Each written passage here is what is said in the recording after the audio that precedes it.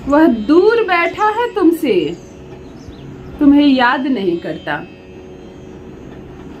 हर काम करता है, बस तुम्हें याद नहीं करता। फिर कैसे अपनी याद दिलाएं? उसने तो कॉल भी ब्लॉक कर दिया तुम्हारा।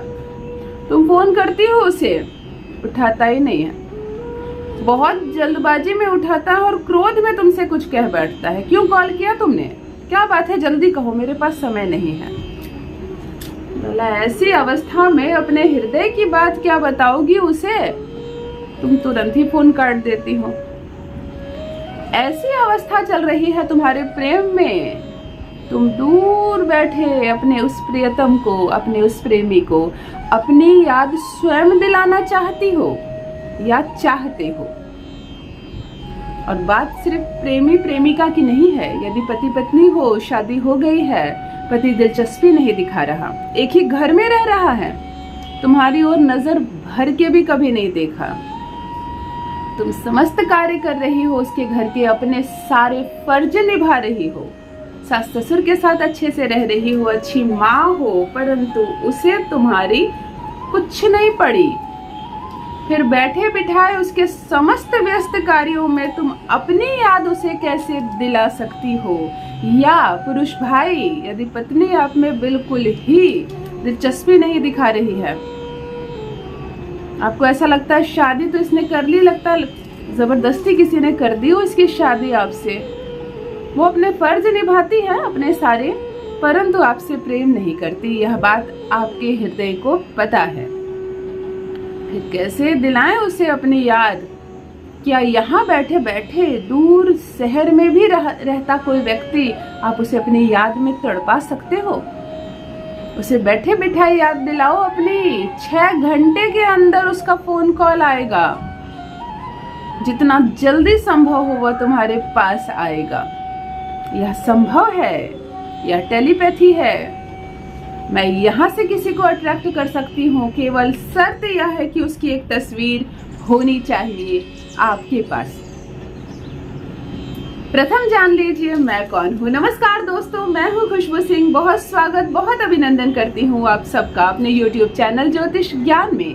कैसे हैं मेरे भाइयों, कैसी हैं मेरी बहनों? मेरे कमेंट सेक्शन में जय माता दी, हर हर महादेव अवश्य लिखें। अपनी खैरियत मुझे जरूर बताएं। पढ़ती हूँ हाथ की रेखाएं, पढ़ती हूँ जन्म कुंडली, और आप कुछ ना बताएं तो आपका चेहरा भी पढ़ लेती हूँ। करम है, कृपा है ऊपर वाले की, प्रेम है आप सबका।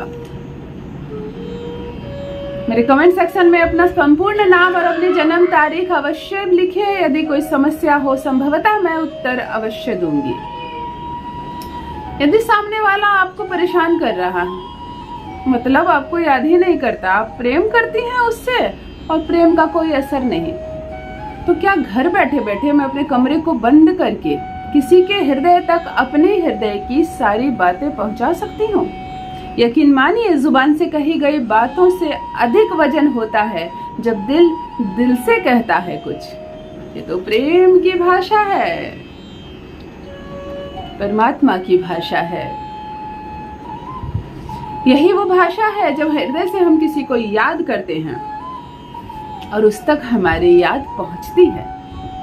शर्त ये है कि सामने वाले व्यक्ति को आप जानते हो, संपर्क बना हो आपसे, बातें की हो आपसे। ऐसा नहीं कि मैं किसी यहीं से बैठे किसी फिल्म स्टार से प्रेम करती हूँ, उसे अट्रैक्ट कर रही हूँ, या मैं किसी ऐसे अजनबी व्यक्ति को देखी हूँ दूर से या उसके बारे में सुनी हूँ और उसे अट्रैक्ट कर रही हूँ। ऐसा नहीं होता है, जादू नहीं होता है। मैंने पहले भी कहा, जादू नहीं होता है। आप सामने वाले व्यक्ति को, शर्त यही है कि जानते हो, उससे बातें हुई हो, उससे संपर्क हुआ हो, कभी सामने वाला व्यक्ति भी आपको देखा हो, जानता हो, आपकी शब्द सुना हो कभी, तभी यह कार्य करता है। ध्यान से सुनिए, बड़ी अद्भुत बात है, अद्भुत वशीकरण है। ये प्रेम वशीकरण ही है। इसमें आप किसी अन्य को अट्रैक्ट नहीं कर सकते। जब आपके मन में प्रेम है किसी के लिए, तभी ये प्रेम के माध्यम से ही जाएगा। यह रात्रि के समय किया जाने वाला प्रयोग है, दिन में ना करें, जब तक सूर्य का प्रकाश हो ना करें, अर्थात संध्या 6 बजे से लेकर रात्रि 12 बजे तक के बीच में, इन 6 घंटों में आप कर सकते हैं। एक तिल के तेल से दिया भर लें। दिए का साइज बड़ा हो, छोटा दिया ना हो। तिल का तेल हो, अन्य कोई तेल ना हो, मोटी बाती लगाएं जिससे आग बहुत ज्यादा उठे ऊपर। एक तस्वीर पेपर फॉर्म में भी निकाल सकते हैं, मोबाइल पर भी जला सकते हैं। एक तस्वीर जरूर हो। तांबे के पात्र में जल भर लें। यह प्रयोग आपको अपने बेडरूम में बैठकर करना है। यहाँ का स्वामी शुक्र होता है। बेडरूम बहुत सकारात्मक एरिया होता है। बेडरूम में ही हम किसी के प्रति ज्यादा सोचते हैं, प्रेम जागता है, रिश्ते बनते हैं, टूटते हैं। ये जो कमरा होता है ना, इसका स्वामी कंप्लीटली शुक्र होता है। तो हमें यह प्रयोग यही करना है, पूजा रूम में नहीं करनी है। इस प्रयोग में व्यवस्था पर बहुत ध्यान दिया जाए। मैं जो चीजें बोलूं, सामान तो आप ले आए।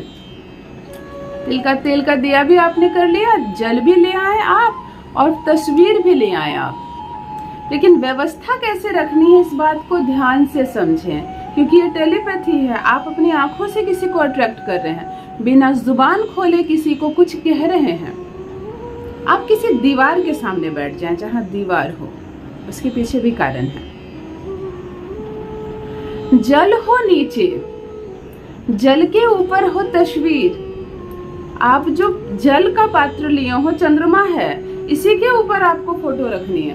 कागज की फोटो हो तो चलेगा, फोटो फ्रेम में हो तो चलेगा, मोबाइल हो तो मोबाइल को भी जल के पात्र के ऊपर खड़ा कर दें। कुछ नहीं होगा, आराम से खड़ा कर दें। छोटे से तांबे की लोटे में जल है, उसके ऊपर आप मोबाइल खड़ा कर दें। अब ध्यान दें, आप ऐसे बैठे, इतना ऊंचा रखें तस्वीर को कि तस्वीर के सामने दिया जले, थोड़ी दूर में दिया जले। मोबाइल है, जरा दूर ही रखिएगा, कांड मत कर देना। दिया जले, और दिया की वो जो लौ है, तिल के तेल से जलते हुए दिए की लौ से आपको वो तस्वीर देखनी है। व्यवस्था पर ध्यान दीजिए। मैंने फिर से कहा, तस्वीर ऐसी रखिए कि आप जब तस्वीर को देखें तो दिए के माध्यम से देखें। दिए की लौ तस्वीर के यहाँ पर जले, यहाँ जले। कभी आंखें चमके उसका, कभी मस्तक चमके, कभी चेहरा, दांत दिखे उसके। जो भी तस्वीर में जो दिख रहा हो, वो दिए की लौ के माध्यम से आपको दिखे। कमरे में लाइट नहीं जलेगी, जलेगी भी तो बहुत मध्यम नाइट बॉल ही जलाएं, परंतु अंधेरा रखें, क्योंकि तिल के तेल का जो दिया आपको जल रहा है वो प्रकाशित करेगा। ध्यान बहुत ज्यादा एकाग्र रखें, इसीलिए घर में कोई शोर ना करे, कोई आपको ना टोके। कमरा बंद कर ले आप कोई बहाने से, या तो रात्रि को 12 बजे करे जब सब सो जाए। तस्वीर रख ली आपने, जल के ऊपर दिया थोड़ा दूर रखिए और दिया नीचे रखिए, ताकि इसकी लौ से तस्वीर आप देख सकें। व्यवस्था पर थोड़ा ध्यान दीजिए। गहरी बिल्कुल ध्यान लगाकर तस्वीर की आंखों में देखिए। ह्रीम शब्द का 108 बार जप कीजिए। आंखें मत हटाइए उसकी आंखों से, ह्रीम शब्द का जप कीजिए। लौ जल रहा हो लगातार, लौ के माध्यम से उसकी तस्वीर को देखिए। ह्रीम शब्द जब 108 बार आपने जप लिया, तब कहिए उससे आप जो कहना चाहती हैं। बिल्कुल वो समझो सामने है, इतनी गहरी अनुभूति कीजिए उसकी, उसे इतना हृदय से याद कीजिए मानो वो कमरे में बैठा हो, आपके सामने बैठा हो। वो जब भी मुस्कुराया हो, या जब आप अनुभूति कर रहे हो, तो सोचिए कि वो मुस्कुरा रहा हो। जब आप ऐसा सोचेंगे तो आपके चेहरे पर भी मुस्कुराहट आएगी। वह कुछ बोल रहा हो, मुस्कुरा रहा हो, अर्थात उसके दांत दिखे। सफेद दांत जो होता है, जिह्वा और जो लार होती है हमारे मुख की, शुक्र होता है। तो आपको शुक्र पर ध्यान देना है। उसकी चंचल आंखें दिखें, चंद्रमा होती है। हमारी आंखें और आंखों में जो पानी होता है वो चंद्रमा होता है। हमने जल रखा है, चंद्रमा। हम बेडरूम में बैठे हैं, शुक्र। इन्हीं ग्रहों को तो हमें अट्रैक्ट करना है। आप उसकी आंखें, उसका मुस्कुराता हुआ चेहरा याद करें। तस्वीर से नजर ना हटे, आपके चेहरे पर भी मुस्कुराहट हो। कहिए जो कहना चाहती हैं आप। तुम मुझे कॉल करोगे, अभी कॉल करोगे, कल तुम मेरे पास आओगे, कल से सब कुछ ठीक हो जाएगा, तुम मेरे बिना रह नहीं सकोगे। अब मैं नहीं, तुम भागोगे मेरे पीछे पीछे। अपनी भाषा, अपनी इच्छा, आपको जो कहना उससे कहिए। यकीन मानिए 6 घंटे के अंदर उसका कॉल आएगा। आज तो रात्रि हो गई है, अगले दिन वो आपके सामने आएगा। आप जिसे चाहे उस तक अपना यह संदेश भेज सकते हैं। एक बार प्रयास अवश्य करें, हृदय से करें, पूर्ण विश्वास से करें। यह टेलीपैथी है।